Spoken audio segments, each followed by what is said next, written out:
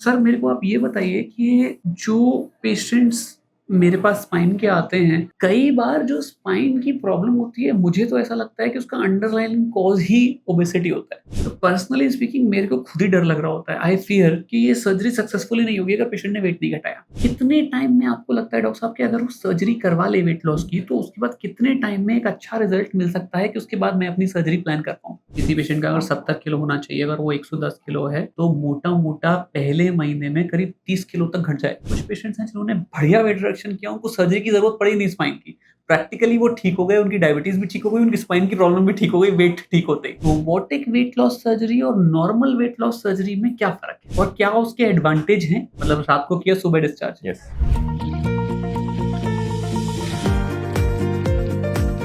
हाय, मैं डॉक्टर देवाशीष शर्मा आज एक अपने गेस्ट के साथ हूँ, डॉक्टर संतोष स्वामीनाथन जी, जो कि रोबोटिक सर्जन हैं और इनकी स्पेशलिटी है वेट लॉस सर्जरी।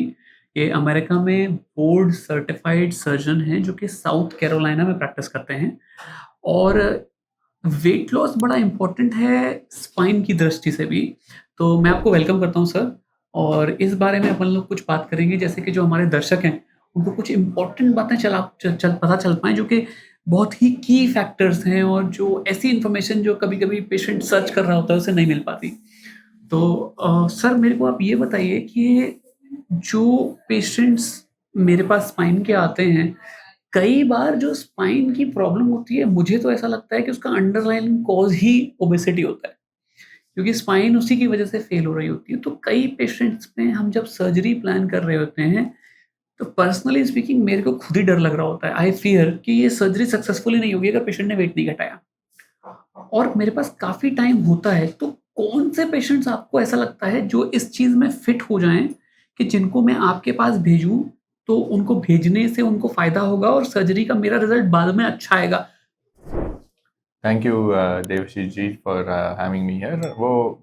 ये जो वेट लॉस वाली बात है वो बहुत कॉम्प्लेक्स टॉपिक है। लेकिन अगर सिंपल टर्म्स में कहना पड़ेगा तो जिनका बीएमआई बॉडी मास इंडेक्स जो एक कैलकुलेटर कहीं भी आप गूगल में या किसी भी कैलकुलेटर यूज़ कर सकते हैं और उसमें बीएमआई हाँ मतलब गूगल पे हम बीएमआई लिखें तो हमारा हम हाँ निकाल सकते हैं, ठीक हाँ है। जो जब बीएमआई 35 35 से ऊपर हो हुँ, तो एक वो है कैंडिडेसी के लिए कि बीएमआई 35 के ऊपर हो। अभी या 40 के ऊपर हो, वो एकदम बढ़िया कैंडिडेट होते हैं वेट लॉस सर्जरी के लिए। अभी ये वेट लॉस सर्जरी जो है वो ऐसे ऐसे चीज़ होती है जो किक स्टार्ट देती है हमारे पेशेंट्स को कि वो हेल्दी लाइफस्टाइल, वो जो उनके खाने के हैबिट्स, उनके खाने के तरीके को चेंज करने में बहुत कामयाब होती है। ये जो ट्रेडिशनल जो हाँ वो डाइट करो, ये डाइट करो, जो भी है वो 2 महीने 3 महीने चल सकता है। लेकिन बहुत बार क्या होता है, पेशेंट्स ऑलमोस्ट 80% वेट रीगेन कर लेते हैं।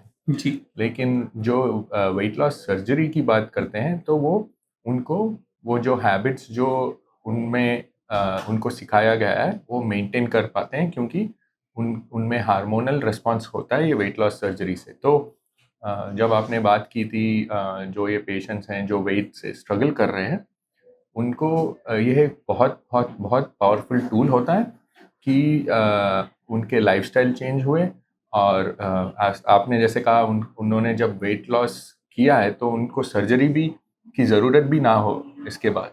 तो बहुत इम्पॉर्टेंट चीज़ होती है वेट लॉस और वेट लॉस सर्जरी कंसिडर करने के लिए। तो जैसे कि मैं अगर जैसे मेरे को कोई पेशेंट हैं जिनको स्लिप डिस्क है या लिस्थेसिस है और मैं चाहता हूँ कि मैं अभी सर्जरी ना करूँ और मैं सर्जरी करूँ जब कुछ वेट लॉस हो जाए। और कई बार सर्जरी तो एक तो होता है इमरजेंसी सर्जरी, लेकिन स्पाइन में हम जो देखते हैं ज़्यादातर इमरजेंसी सर्जरी डॉक्टर साहब रिस्ट्रिक्टेड होती है ट्रॉमा के लिए, जैसे अगर आपको इमरजेंसी चोट लग गई या किसी को ब्लैडर बॉवल इन्वॉल्व हो रहा हो, नहीं तो सारी सर्जरीज़ इलेक्टिव हैं जिसमें पेशेंट वेट कर सकता है। अगर दर्द ज़्यादा है तो हम दवाइयों के सहारे पेशेंट को कुछ महीने या साल भर 2 साल चला सकते हैं। तो क्या कितने टाइम में आपको लगता है डॉक्टर साहब कि अगर वो सर्जरी करवा ले वेट लॉस की, तो उसके बाद कितने टाइम में एक अच्छा रिज़ल्ट मिल सकता है कि उसके बाद मैं अपनी सर्जरी प्लान कर पाऊँ?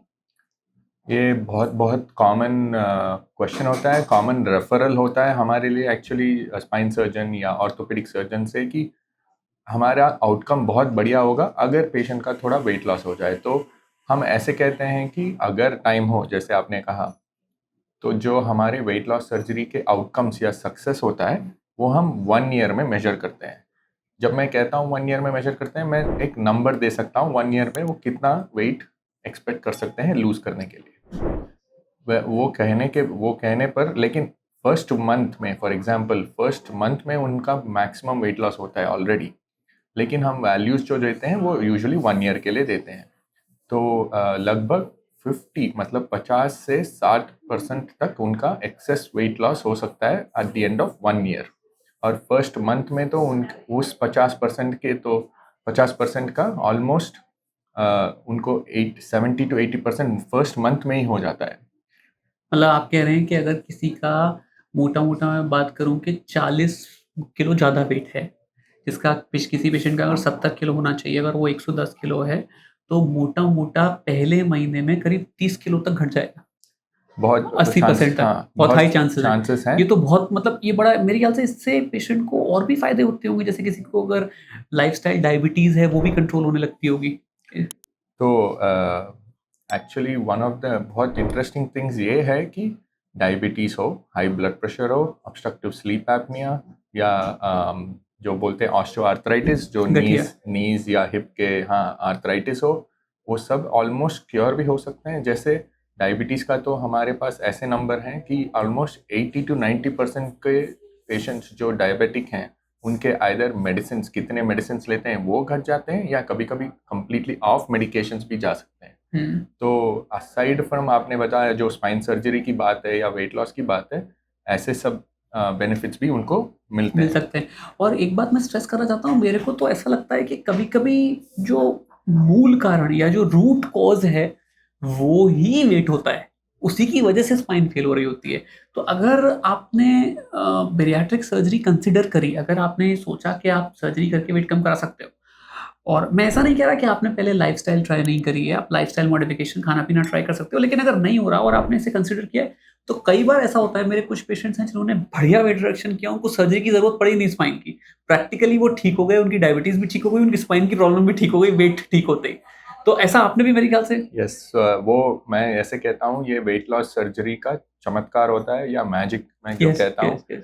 कि एक सर्जरी जो है मल्टीपल थिंग्स फिक्स करती है उनके लिए। एक सर्जरी का मल्टीपल उपाय हुँ, एक ही। और ऐसे होता है कि वो बहुत हम कहते हैं कि हाँ वेट लूज कर लो, वेट लूज कर लो, लेकिन बहुत सारे पेशेंट को कैसे करना नहीं आता है, और अगर किया तो भी उसको मेंटेन करना नहीं आता। तो ये बहुत प्रोटोकॉलाइज्ड और बहुत स्टैंडर्ड प्रोसेस है जो हमारे पास है, जिससे पेशेंट को मैक्सिमम सक्सेस मिल सकता है।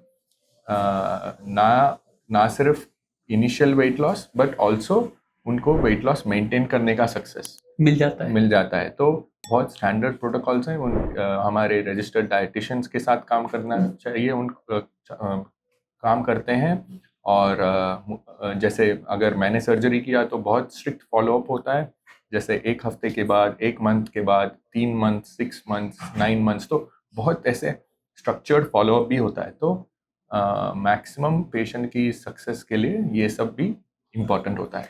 देखिए, तो कितनी इम्पोर्टेंट बात है। आपकी एक बात से बड़ा मुझे खुद ही पॉज़िटिव फ़ीलिंग आती है कि ना तो खाली सर्जरी का मतलब ये नहीं है कि अभी पहले मंथ में 80% घटा दिया, वो रहेगा।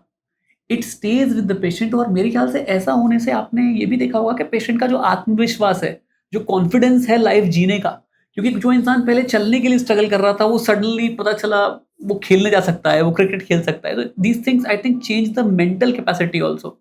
यस, तो यही बात है कि पहले जो बहुत डिजेक्टेड, डिप्रेस्ड, और उनका जो मोटिवेशन, मन संतुलन कंप्लीटली बिगड़ा हुआ गया है ऐसे वेट के वजह से, वो सडनली उनको जब ये वेट लॉस का उनको जब ये वेट लॉस की जर्नी स्टार्ट होती है, उन पे ट्रेमेंडस ट्रांसफॉर्मेशन मिलता है कि उनको और एनर्जी मिलता है। पहली बात तो ये होती है कि they are carrying extra weight hmm, जो वो उनका बॉडी सपोर्ट नहीं कर, जैसे आपने बताया रीढ़ की हड्डी भी सपोर्ट नहीं कर पा रही है। हुँ, जब वो वेट लॉस होता है उनको सडनली एक अबंडेंस, जैसे ज़्यादा एनर्जी हुँ। मिल जाती है कि अभी वो दूसरे काम कर पा रहे हैं। वरना जी। जो वो होता था कि वो जाके बस सो जाते थे घर पे जाके काम के बाद, या कभी-कभी तो काम पे भी नहीं जा सकते थे, या अगर बहुत बहुत ज़्यादा हो वेट, तो वैसे फैक्टर्स बहुत इम्पोर्टेंट हैं, क्योंकि पेशेंट को एकदम प्रेरणा मिलती है और करने के लिए, और रीढ़ की हड्डी की प्रॉब्लम भी सॉल्व हो सकती है। जी।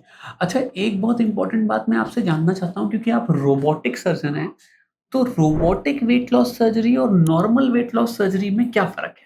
और क्या उसके एडवांटेज हैं? तो जो है रोबोटिक सिस्टम जिसमें मैं ट्रेंड हूँ, वो एडवांस्ड लैप्रोस्कोपी है। जो रेगुलर बेरियाट्रिक सर्जरी आपने जो पूछा था, वो लैप्रोस्कोपिक सर्जरी उसको कहते हैं, और ये है एडवांस लैप्रोस्कोपी है। जो बेसिकली हमें 3D विजन मिलती है, लैप्रोस्कोपी में सिर्फ 2D विजन मिलती है, तो डेप्थ परसेप्शन मिलता है। और स्पेशली जो पेशेंट्स हैं जिनमें वेट लॉस, मतलब जिनका वेट ज़्यादा होता है, वो मोस्ट ऑफ द टाइम उनका वेट बेली के अंदर होता है, मतलब स्टमक, या जैसे बेली कहते पेट के हैं, अंदर पेट होता के है। अंदर होता है। तो ये रोबोटिक सिस्टम जो है, वो इतना मैन्यूवरेबिलिटी, मतलब आपको इंस्ट्रूमेंट्स या सब कैमरा और इंस्ट्रूमेंट्स इतना एडवांस होते हैं कि उनके सर्जरी ऐसे छोटे छोटे इंसिशन से पूरा हो सकता है।